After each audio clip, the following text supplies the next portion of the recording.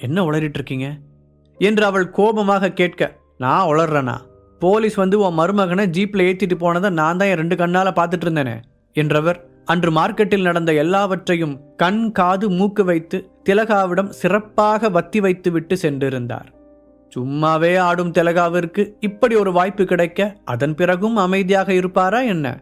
இத்தனை வருஷத்துல அது ஒண்ணுதான் செய்யாம இருந்தான், இப்ப அதுவும் நடந்துருச்சா என்று ஹரிஷை கரித்து கொட்டிய கையோடு சந்தனாவிற்கு போன் செய்து அந்த காஃபி ஷாப்பிற்கு வரவழைத்திருந்தார் திலகா. மகனின் வாழ்க்கை நன்றாக இருக்க வேண்டும் என்று ரேவதி திலகாவிடம் தாங்கள் பட்ட அவமானத்தை கூட வெளியில் சொல்லாமல் மறைக்க, மகளை எப்படியாவது ஹரிஷிடமிருந்து பிரிக்க வேண்டும் என்று நினைத்த திலகா அவனை பற்றி 1க்கு 2ஆக சந்தனாவிடம் சொல்லிக் கொண்டிருந்தார். இந்த விஷயத்தை பற்றி ஹரிஷ் தன்னிடம் ஒரு வார்த்தை கூட சொல்லாததை நினைத்து சந்தனா மௌனமாக அமர்ந்திருக்க, வழக்கம் போல திலகா அவளுடைய மனதில் நஞ்சை கலக்கும் வேலையை ஆரம்பித்தார்.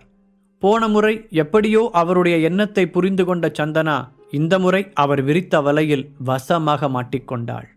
சின்னதாக அவர்களுக்குள் விழுந்த விரிசலை பெரிய பள்ளமாக மாற்றும் வேலையை திலகா சிறப்பாக செய்ய சந்தனாவின் மனதிலும் ஹரிஷின் நடவடிக்கைகளை பற்றிய சந்தேகம் எழ ஆரம்பித்தது. ஆனால் இதை பற்றியெல்லாம் எதுவுமே தெரியாத ஹரிஷோ ஹெர்பல் மெடிசன் பற்றி அவன் குரு சொல்லிக் கொடுப்பதை தீவிரமாக கவனித்துக் கொண்டிருந்தான். அவனுடைய குரு ருத்ரவேந்தர் சொன்னது போலவே தினமும் நள்ளிரவில் அவனது லேபிற்கு வந்து ஹெர்பல் மெடிசன் பற்றிய முக்கியமான வித்தைகளை கற்றுக் கொடுத்தார். அவர் நினைத்தது போலவே ஹரிஷ் சீக்கிரமாகவே எல்லாவற்றையும் கற்றுக்கொண்டான். முன்பெல்லாம் மூலிகை மருந்து தயாரிக்க நிறைய நேரம் எடுத்துக்கொள்ளும் அவன் இப்போதெல்லாம் அடிப்படை மருந்துகளை நிமிஷத்தில் தயாரிக்கும் அளவிற்கு கற்று தேர்ந்திருந்தான். ஆனால் சரியாக 11 மணி ஆனதும் லேபின் கதவை கூட திறக்காமல் அதன் உள்ளே வந்து நிற்கும் ருத்ரவேந்தரின் மேஜிக் ரகசியம் மட்டும் கடைசி வரை அவனுக்கு தெரியவில்லை. சேனாபதியும் ருத்ரவேந்தரும் செய்யும் அதுபோன்ற கண்கட்டி வித்தைகளுக்கு அவன் பழகியிருந்தான். இப்போதெல்லாம் அவர்கள் செய்யும் எதுவுமே அவனை ஆச்சரியப்படுத்துவதில்லை. அதற்கு பதிலாக அவர்கள் கற்றுக் கொடுக்கும் ஹெர்பல் மெடிசனில் முழு கவனத்தையும் செலுத்தி கற்றுக்கொண்டான். இந்த நிலையில் டிவி நிகழ்ச்சி நடத்திய சந்தனாவிற்கு ரசிகர்கள் கூட்டம் அதிகமாகிக் கொண்டே இருந்தது. பெண்களை விட அதிகமான ஆண்கள் அவளுக்கு ரசிகர்களாக இருந்ததுடன் பொது இடங்களில் அடையாளம் கண்டு பேசவும் தொடங்கினார்கள். ஹரிஷின் பிரிவால் தனிமையில் சோர்ந்து போயிருந்த சந்தனாவிற்கு அந்த பாராட்டுக்கள் ஆறுதலை தர அவளும் அதை உற்சாகத்துடன் ரசிக்கத் தொடங்கினாள். அப்படித்தான் நரேந்திரன் என்ற ஒரு பெரிய பணக்காரன் சந்தனாவின் ஃபேன் என கூறி அவளை பாராட்டிக் கொண்டே இருக்க சந்தனாவும் அவனுடன் நட்பாக பழகினாள். தினமும் நிகழ்ச்சி நடக்கும் போதும் நடந்து முடிந்த பிறகும் அன்று புரோகிராம் பற்றி விலாவரியாக பேசி அவளை புகழ்ந்து தள்ளி விடுவான். தனக்கு இப்படி ஒரு ரசிகரா என்று மகிழ்ந்து போன சந்தனாவும் அவனுடைய மெசேஜ்களுக்கு நன்றி கூறி பதிலளிப்பாள். சிறிது நாள் கழித்து சந்தனாவின் திறமையை பாராட்டி ஒரு விருந்தளிக்க விரும்புவதாக அவன் கூற முதலில் மறுத்த சந்தனா அவன் மிகவும் வற்புறுத்தி கேட்கவும் சரி சாப்பிடத்தானே கூப்பிடுகிறான் என்று அந்த அழைப்பை ஏற்றுக்கொண்டாள். அதே இரவில் ஹரிஷ் வழக்கம் போல தன் குருவிடம் பாடம் கற்றுக்கொண்டிருந்தான். மொபைல் சார்ஜ் போட மறந்திருக்க அது ஸ்விட்ச் ஆஃப் ஆனதை கூட அவன் கவனிக்கவில்லை. அன்றைக்கு ஒரு முக்கியமான மருந்தை பற்றி அவர் கூறிக்கொண்டிருக்க அவனும் சுற்றுப்புறத்தை மறந்து பயிற்சியில் மூழ்கி போயிருந்தான். அவர் கிளம்பி போன பிறகும் அது சார்ந்த விஷயங்களை செய்து பார்த்து கொண்டிருந்தவன் அப்படியே தூங்கியும் விட்டான். காலையில் எழுந்த பிறகுதான் செல்போனின் ஞாபகம் வர அது ஸ்விட்ச் ஆஃபில் இருந்தது. சார்ஜ் போட்டுவிட்டு குளித்து ஃப்ரெஷ்ஷாகி வந்த ஹரிஷ் செல்லை ஆன் செய்ய 100க்கும் மேற்பட்ட மிஸ்டு கால்கள் வந்திருந்தது. யார் இத்தனை தடவை விடாமல் கால் பண்ணியிருக்காங்க என்ற யோசனையுடன் அதை திறந்து பார்த்த ஹரிஷ் அதில் வந்த பெயரை பார்த்து நெற்றியில் அடித்து கொண்டான். இவங்க 2 பேர் ஏதாவது எமர்ஜென்சி இல்லாமல் இத்தனை தடவை கூப்பிட மாட்டாங்களே, எப்படி ஃபோன் ஸ்விட்ச் ஆஃப் ஆனதை பார்க்காம விட்டோம் என்று நெற்றியில் அடித்து கொண்டவன் அவசரமாக ஜீவாவிற்கு கால் செய்தான். ஜீவாவுடைய ஃபோன் எடுக்காததால் பயந்து போன ஹரிஷ் அடுத்ததாக திவ்யாவின் எண்ணிற்கு கால் செய்தான். போன முறை திவ்யாவின் உயிரை காப்பாற்றியதிலிருந்து அவளும் ஜீவா போலவே ஹரிஷுடன் உரிமையாக பேச ஆரம்பித்திருந்தாள். நீண்ட நேரம் கழித்து எடுத்த திவ்யாவின் வாய்ஸ் அழுகையோடு கலந்து ஒலித்தது. திவ்யா, என்னாச்சு? ஏன் இப்படி அழுற என்று பதட்டத்துடன் கேட்டான் ஹரிஷ். ஹரிஷ், ஜீவா ஹாஸ்பிட்டல் ஐசியூல இருக்கா. டாக்டர்ல ஏதோ சொல்றாங்க. எனக்கு ரொம்ப பயமா இருக்கு. அழுகையின் இடையில் அவள் சொன்னது அரைகுறையாக புரிய ஹரிஷ் அதிர்ச்சி அடைந்தான். என்ன சொல்ற திவ்யா? ஜீவா ஹாஸ்பிட்டலில் இருக்கானா? சரி, எந்த ஹாஸ்பிட்டல்னு சொல்லு, நான் உடனே வரேன் கேட்ட ஹரிஷ் அவசரமாக அங்கு கிளம்பி ஓடினான்.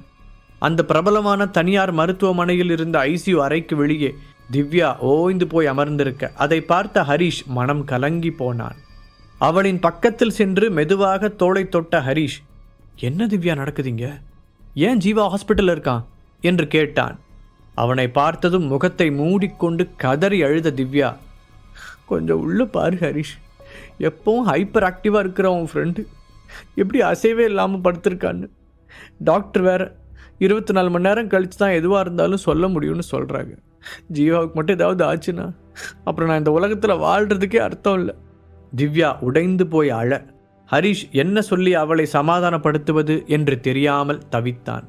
அந்த ஐசியூவின் கண்ணாடி சதுரம் வழியாக உள்ளே எட்டி பார்த்த ஹரிஷ் அங்கு உடல் முழுவதும் ஏதேதோ மிஷின்கள் பொருத்தப்பட்டு அடையாளமே தெரியாமல் படுத்திருந்த ஜீவாவை பார்த்து பிரம்மை பிடித்தது போல நின்றான். மீண்டும் திவ்யாவிடம் வந்த அவன், ப்ளீஸ் திவ்யா, இதை மட்டும் சொல்லு, ஏன் அவன் அப்படி படுத்திருக்கான்? யார் அவனை இப்படி பண்ணது?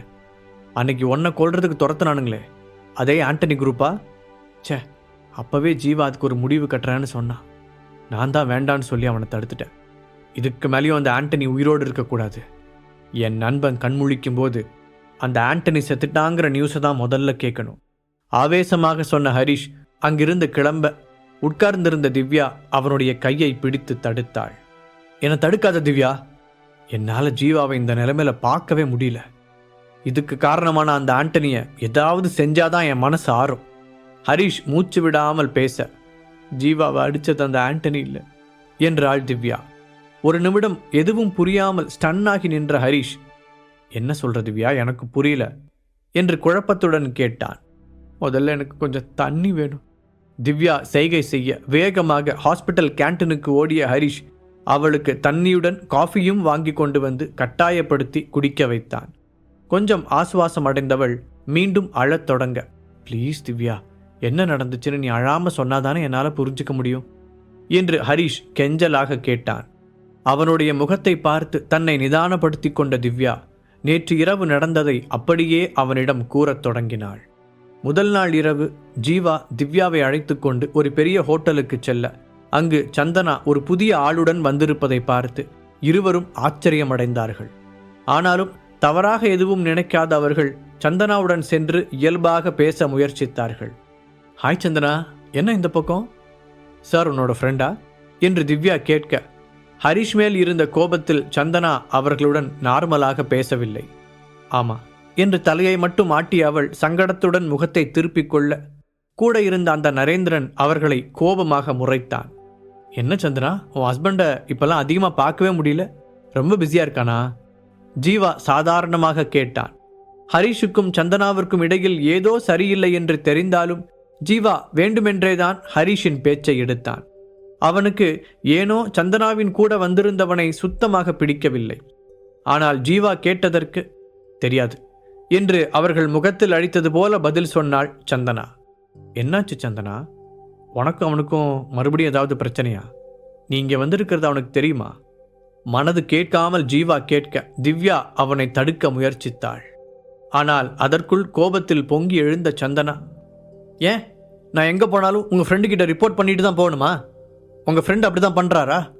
ப்ளீஸ், நான் சொல்கிறேன்னு தப்பாக நினச்சிக்காதீங்க. இப்படி அடுத்தவங்க விஷயத்தில் தேவையில்லாமல் மூக்கு நுழைக்கிற வேலையை வச்சுக்காதீங்க. இங்கே சாப்பிட தானே வந்தீங்க, போய் அதை மட்டும் செய்யுங்க என்று ஜீவாவிடம் கொஞ்சம் சத்தமாகவே கத்திவிட்டாள். இதுவரை ஜீவாவின் முகத்திற்கு நேராக யாரும் இப்படி பேசியதில்லை என்பதால் அவனுடைய முகம் அவமானத்தில் கருத்து போனது. இல்லை சந்தனா, நான் உன்னோட நல்லதுக்காக தான் சொன்னேன், உன் ஃப்ரெண்டை பார்த்தா என்று மேலும் அவன் ஏதோ சொல்ல முயற்சிக்க சந்தனா கை நீட்டி அவனை தடுத்தாள். ஏற்கனவே அனுராதா பாட்டியும் கார்த்திக்கும் சேர்ந்து ஏமாற்றி அவளின் ஷேர்ஸை எழுதி வாங்கியிருக்க அந்த கில்ட்டி ஃபீலிங்கில் இருந்த அவளை ஜீவாவின் பேச்சு காயப்படுத்தியது. அப்படின்னா என்னை எதுவுமே தெரியாத முட்டாள்னு சொல்கிறீங்களா? ஹரிஷோட ஃப்ரெண்டு தானே நீங்கள், எப்படி பார்த்தாலும் அவனுக்கு சப்போர்ட்டாக தானே பேசுவீங்க. அவன் முதல்ல எனக்கு உண்மையாக இருக்கானா? இங்கே பாருங்க, நான் ஏற்கனவே ரொம்ப நொந்து போயிருக்கேன். அதனால் என்னை மேலும் மேலும் கஷ்டப்படுத்தாமல் தயவு செஞ்சு இங்கேருந்து போயிடுங்க சந்தனா கடுகடுப்பாக கூற, அதற்கு மேல் அங்கே நிற்க பிடிக்காமல் திவ்யா ஜீவாவையும் சேர்த்து இழுத்து கொண்டு நகர்ந்து விட்டாள். அவர்களிடமிருந்து விலகி வேறொரு டேபிளில் இருவரும் அமர ஏன் ஜீவா தேவையில்லாத பிரச்சனைக்கு போற? சந்தனா தான் அது அவளோட ஃப்ரெண்டுன்னு சொல்லிட்டால, அதுக்கு மேலே அதில் நாம் தலையிடாமல் இருக்கிறது தான் நல்லது என்று திவ்யா அவனுக்கு அட்வைஸ் செய்தாள். இல்லை திவ்யா, அவனை நான் எங்கேயோ பார்த்துருக்கேன். அவனோட மொழியே சரியில்லை. சந்தனா புத்திசாலி தானே. இந்த மாதிரி ஆளுங்களோட ஏன் தனியாக வெளியே வரா? யாராவது ஃப்ரெண்ட்ஸ் கூட இருந்தாலும் பரவாயில்ல சொன்ன ஜீவாவின் குரலில் கவலை தெரிந்தது. இந்த காலத்தில் போய் அப்படிலாம் பார்த்துட்டு இருக்க முடியுமா ஜீவா? முதல்லையே அவள் ஒரு பிஸ்னஸ் விமன், இப்போ டிவி செலிப்ரிட்டி வேற. அப்போ இப்படி ஃப்ரெண்டு கூட வெளியே வர்றது சகஜம் தானே. இதில் என்ன இருக்கு? திவ்யா அவனை சமாதானப்படுத்தினாள். ஆனாலும் ஜீவாவின் மனதில் ஏதோ ஒரு உறுத்தல் இருக்கத்தான் செய்தது. திவ்யாவுடன் பேசிக்கொண்டிருந்தாலும் அவன் ஒரு கண்ணை சந்தனா உட்கார்ந்திருந்த டேபிள் மீதுதான் வைத்திருந்தான். அப்போது இடையில் எழுந்த சந்தனா வாஷ்ரூம் செல்ல சுற்றுமுற்றும் பார்த்த அந்த ஆள் சந்தனாவின் ஜூஸ் டம்ளரில் எதையோ கலந்தான். ஜீவாவும் திவ்யாவும் ஒரு மூலையில் அமர்ந்திருந்ததால் அவன் அவர்களை கவனிக்கவில்லை. திவ்யா, அங்க பாரு, நான் சொன்னது சரியா போச்சு. அவன் சந்தனாவோட ஜூஸ் டம்ளரில் எதையோ கலக்கிறான். கண்டிப்பா மயக்க மருந்தாதான் இருக்கும்னு நினைக்கிறேன். பதட்டத்துடன் சொன்ன ஜீவா எழுந்து அந்த டேபிளை நோக்கி ஓடினான். அதற்குள் திரும்பி வந்திருந்த சந்தனா அந்த ஜூஸை எடுத்து குடிக்க போக கடைசி நொடியில் பக்கத்தில் வந்த ஜீவா, சந்தனா அதை குடிக்காத என்று தட்டி விட்டான். அது அவளுடைய ட்ரெஸ்ஸில் எல்லாம் சிந்த சந்தனா ஆத்திரத்துடன் எழுந்து நின்றாள். என்னாச்சு ஜீவா உங்களுக்கு? எதுக்காக இப்படி பப்ளிக் பிளேஸ்ல இன்டீசெண்டா பிஹேவ் பண்றீங்க என்று அவள் கேட்க ஜீவாவிற்கு சுறுசுறுவென்று கோபம் ஏறியது. நான் இன்டீசெண்டா பிஹேவ் பண்றேனா? படிச்சவ தானே நீ? கொஞ்சமாவது மனுஷங்களை பத்தி தெரிஞ்சுக்க வேண்டாம்? இவனோட பார்வையே சரியில்லைன்னு அப்ப இருந்து உங்ககிட்ட சொல்லலான்னு ட்ரை பண்றேன். எதையுமே காதுல வாங்கிக்க மாட்டேன். ஹரிஷ் மேல கோபம் இருந்தா அதுக்காக உன்னை சுத்தி நடக்கிற எதுலையும் இப்படிதான் கவனம் இல்லாம இருப்பியா? நீ அந்த பக்கம் போனதும் இவன் உன்னோட ட்ரிங்க்ஸ்ல எதையோ கலக்கிறான். பார்த்துட்டு நான் பதறி அடிச்சுட்டு ஓடி வந்தா அதை புரிஞ்சுக்காம என்கிட்டயே கத்துற என்று ஜீவாவும் பதிலுக்கு சத்தம் போட்டான். ஷார்ட் டெம்பரான அவன் அவ்வளவு நேரம் பொறுமையாக இருந்ததே ஹரிஷுக்காகத்தான். அதை கேட்டு அதிர்ச்சி அடைவது போல நடித்த நரேந்திரன், இல்ல சந்திரா மேடம், நான் அப்படிலாம் எதுவும் பண்ணல. நான் உங்களோட எவ்வளவு பெரிய ஃபேன் உங்களுக்கே தெரியும். நான் போய் அப்படி செய்வேனா? இவர் வேணும்னே என் மேல பழி போடுறதுக்காக இப்படி சொல்றாரு. உங்க ஹஸ்பண்டோட ஃப்ரெண்டுங்கிறதுனால நீங்க என் கூட தனியா வந்ததை அவர் இப்படி தப்பா நினைச்சுக்கிட்டாருன்னு நினைக்கிறேன். சார், அப்படிலாம் எதுவுமே இல்லை. சந்தனா மேடம் சொக்க தங்கம். நீங்க ஏதாவது சந்தேகப்பட்டு அவங்களோட ஃபேமிலி லைஃபை கெடுத்து விட்டுறாதீங்க என்று நல்லவன் போலவே பேசினான். அவன் முகத்தை முடிந்தவரை பரிதாபமாக வைத்துக்கொண்டு பேச சந்தனாவிற்கு இருவரில் யார் சொல்வதை நம்புவது என்றே தெரியவில்லை. ஜீவாவிற்கு ஹரிஷின் மீது இருக்கும் அன்பு அவளுக்கு நன்றாகவே தெரியும். அதனால் வீணாக நரேந்திரன் மீது சந்தேகப்படுகிறானோ என்று அவள் நினைத்தாள். அதற்குள் உணர்ச்சி வசப்பட்ட ஜீவா எட்டி நரேந்திரனின் சட்டையை கொத்தாக பிடித்தான். டேய், நடிக்காத. நீ சந்தனாவோட ஜூஸ்ல எதையோ கலந்தத நான் தான் என் 2 கண்ணால பார்த்தனே. அப்புறமும் இப்படி ஒண்ணுமே தெரியாத மாதிரி நடிக்கிற என்று அவனுடைய கன்னத்தில் ஓங்கி அறைந்தான். அதை பார்த்து அந்த ஹோட்டலே அதிர்ச்சியில் உறைய, ஸ்டாப் இட் ஜீவா என்ற சந்தனாவின் குரல் ஓங்கி ஒலித்தது. ஏன் ஜீவா வந்ததுலேருந்து இப்படி பிரச்சனை பண்ணிக்கிட்டே இருக்கீங்க? உங்களுக்கு உங்கள் ஃப்ரெண்டு முக்கியம்னா எனக்கு என் ஃப்ரெண்டு முக்கியம். ஏற்கனவே என்னை சுற்றி என்ன நடக்குதுன்னு தெரியாமல் குழம்பிக்கிட்டு இருக்கேன். கொஞ்சம் ரிலாக்ஸ் ஆகலான்னு தான் வெளியில் வந்தேன். இங்கேயும் நிம்மதியை கெடுக்கிறதுக்குனே நீங்கள் வந்துட்டீங்க. ஆமாம், என் ஃப்ரெண்டு அடிக்கிறதுக்கு முதல்ல நீங்கள் யார்? அவர்கிட்ட சாரி கேளுங்க என்று கூறினாள். ஆத்திரம் அவளின் கண்ணை மறைத்தது. என்னது, இந்த பொறுக்கிக்கிட்ட நான் சாரி கேட்கணுமா? நீ புரிஞ்சுதான் பேசுறியா சந்தனா? இவன் உன் ஜூஸில் எதையோ கலக்கிறான்னு சொல்கிறேன். அப்போ கூட என்னை நம்பாம அவனை நம்புற? ஜீவா அடிபட்ட குரலில் கேட்டான். நான் எதுக்காக உங்களை நம்பணும்? திரும்ப திரும்ப என்ன சொல்ல வைக்காதீங்க. என் ஃப்ரெண்டை இப்படி அவமானப்படுத்த உங்களுக்கு எந்த ரைட்ஸும் கிடையாது. இப்போ சாரி கேட்க முடியுமா முடியாதா என்றவள் ஜீவாவின் முகத்தையே பார்க்க அவனோ இறுகி போய் நின்றிருந்தான். சந்தனா, நானும் பேசக்கூடாதுன்னு தான் நினச்சேன், ஆனால் என்னால் முடியல. ஜீவா தான் அவ்வளோ தூரம் சொல்கிறான்ல. இவர் எதையுமே கலக்காமல் இருந்திருந்தா எதுக்காக ஜீவா அப்படி சொல்ல போகிறான்? எனக்கு என்னமோ இந்த விஷயத்தில் நீ அவசரப்படுறியோன்னு தோணுது. அவ்வளவு நேரம் அமைதியாக இருந்த திவ்யா சந்தனாவின் மீது இருந்த அக்கறையால் கூற சந்தனாவோ அவளை ஒரு வெற்று பார்வை பார்த்தாள். திவ்யா சொன்னதற்கு எதுவும் பதில் பேசாத அவள், முதல்ல அவர் சட்டையிலிருந்து கையெடுங்க ஜீவா என்று அழுத்தமான குரலில் கூறினாள். சட்டென்று ஜீவா கையை எடுக்க அவனை பார்த்த நரேந்திரனின் கண்களில் கொலை வெறி மின்னியது. அதை கவனிக்காத சந்தனா, சாரி நரேந்திரன், அவங்களுக்காக நான் உங்ககிட்ட மன்னிப்பு கேட்டுக்கிறேன். இப்போது என்னோட மனநிலை சரியில்லை, அதனால் நம்ம இன்னொரு நாளைக்கு சேர்ந்து சாப்பிட்லாம் என்றவள், இப்போ உங்களுக்கு சந்தோஷமா என்று ஜீவாவையும் திவ்யாவையும் பார்த்து முறைத்துவிட்டு அங்கிருந்து கிளம்பினாள். மொத்த ஹோட்டலும் அவர்களையே வேடிக்கை பார்க்க, ஜீவா பில் செட்டில் பண்ணிட்டு வா, நாமளும் கிளம்பலாம் என்று சொன்ன திவ்யா விறுவிறுவென்று வெளியே போனாள்.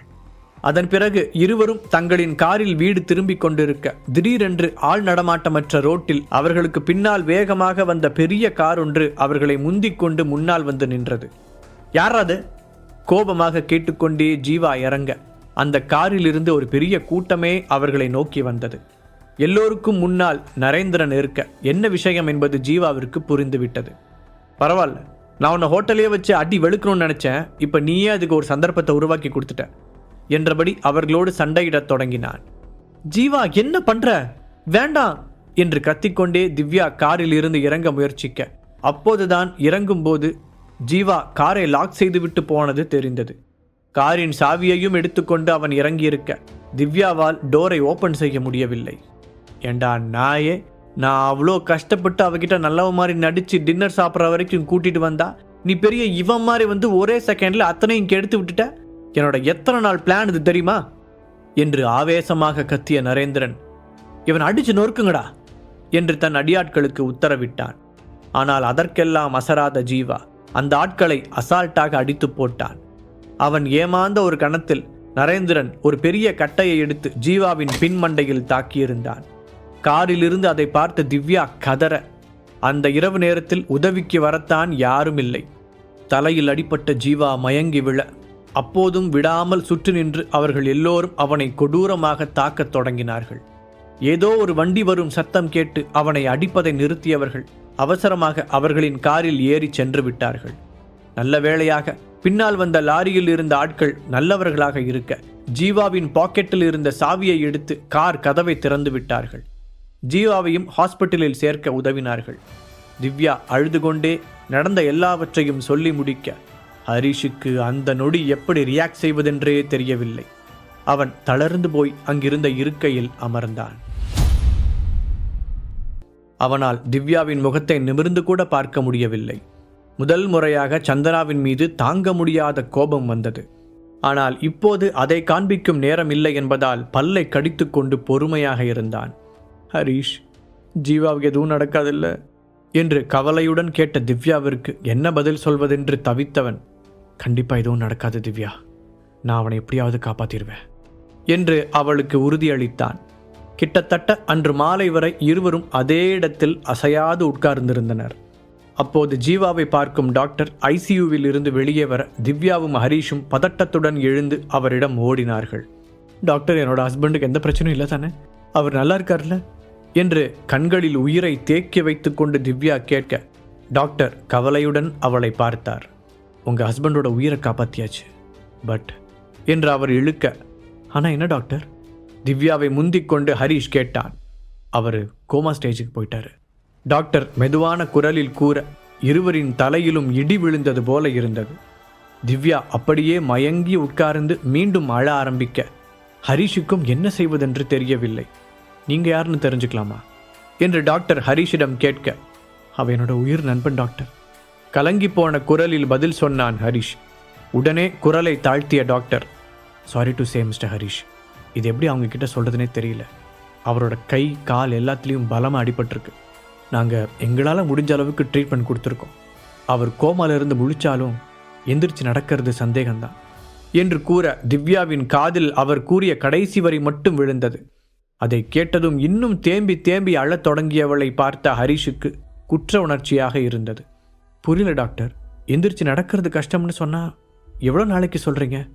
ஹரீஷ் கேட்க ஒரு தயக்கத்துடன் திவ்யாவை பார்த்த அவர், லைஃப் லாங் பெட்லேயே இருக்க வேண்டியது வந்தாலும் ஆச்சரியப்படுறதுக்கு இல்லை என்று கூறியவர் அவனுடைய தோளில் தட்டி கொடுத்துவிட்டு அங்கிருந்து நகர்ந்தார். அவர் சொன்னதை கேட்டு திவ்யா அழக்கூட முடியாமல் அதிர்ச்சியில் உறைந்து போயிருக்க ஹரீஷ் மெதுவாக அவளின் பக்கத்தில் உட்கார்ந்தான். திவ்யா, நீ என்ன நம்புறல்ல? நான் கற்றுக்கிட்ட ஹெர்பல் மெடிசன்ஸை வச்சு கண்டிப்பாக ஜீவாவை காப்பாற்றிடுவேன். ஹரீஷ் உறுதியுடன் கூற அவனை நிமிர்ந்து பார்த்த திவ்யாவின் கண்களில் சிறிது நம்பிக்கை வெளிச்சம் தெரிந்தது. கடைசியில் அழுதழுது சோர்ந்து போய் உட்கார்ந்தபடியே திவ்யா உறங்கிவிட தன்னுடைய போனை எடுத்த ஹரீஷ் தர்ஷினிக்கு கால் செய்தான். நேற்று ஹோட்டலில் என்ன நடந்துச்சுன்னு உனக்கு தெரியுமா கேட்ட ஹரீஷின் குரலில் இருந்த கடுமையை கண்டு தர்ஷினி அரண்டு போய்விட்டாள். அது பாஸ், கொஞ்சம் தெரியும், சந்தனா மூலமா கேள்விப்பட்டேன். தர்ஷினி மென்று முழுங்கினாள். அப்படி இருந்தும் இப்போ வரைக்கும் நீ எனக்கு கால் பண்ணல தர்ஷினி. நான் உங்ககிட்ட என்ன சொன்னேன்? சந்தனா சம்பந்தமாக ஒரு சின்ன விஷயம் நடந்தாலும் என்கிட்ட இன்ஃபார்ம் பண்ண சொல்லி இருக்கேனா இல்லையா? ஹரிஷின் இறுக்கமான குரலை கேட்டு மறுமுனையில் தர்ஷினி நடுங்கி விட்டாள். அது வந்து பாஸ், சந்தனா இப்படி பண்ண போறான்னு எனக்கு தெரியாது. நேற்று நைட்டு கோபமா வந்தா.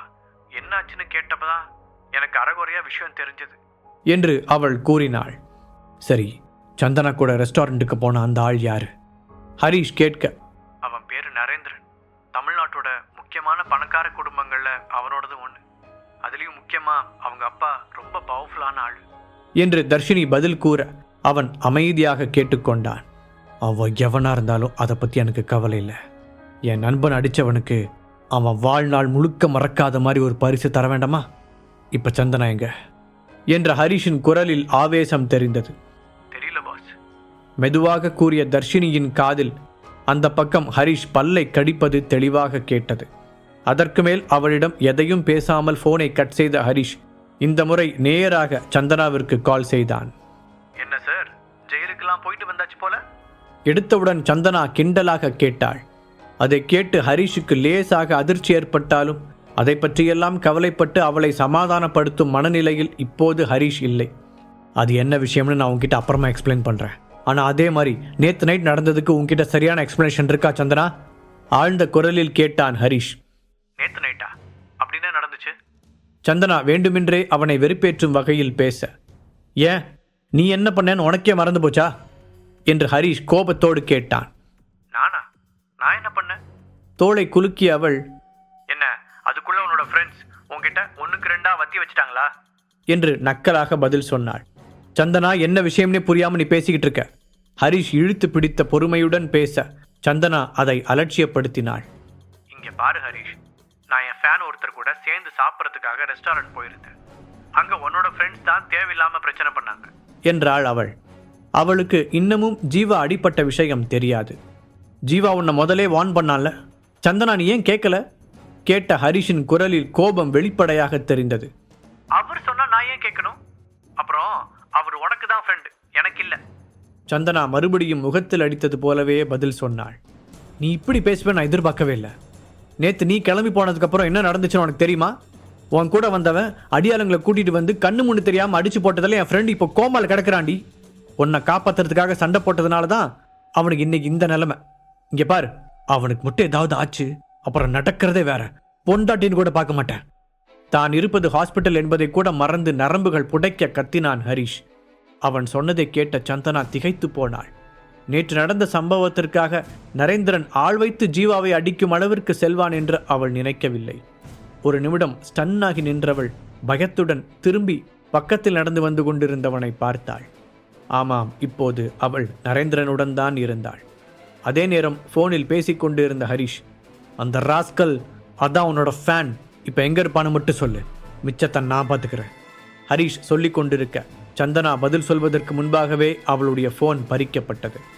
என்ன மேடம், எவ்வளோ ஸ்பெஷலான இடத்துக்கு உங்களை கூட்டிகிட்டு வந்திருக்கேன், இங்கே வந்து ஃபோன் பேசிகிட்டு இருக்கீங்க என்று ஒரு மாதிரி கோணல் சிரிப்புடன் கூறினான் நரேந்திரன். அதை பார்த்து சந்தனாவிற்கு இன்னும் அதிர்ச்சியாக இருந்தது. நீங்கள் நேற்று ஜீவாவை ஆள் வச்சு அடிச்சிங்களா? வெளிரி போன முகத்துடன் அவள் கேட்க, ஹோ, அந்த விஷயமே உங்களுக்கு இப்போதான் தெரியுமா? முழு கதையையும் கேட்டு மகிழ பாக்கெட் FM ஆப்பை டவுன்லோட் செய்யுங்கள். லிங்க் டிஸ்கிரிப்ஷனில் கொடுக்கப்பட்டுள்ளது.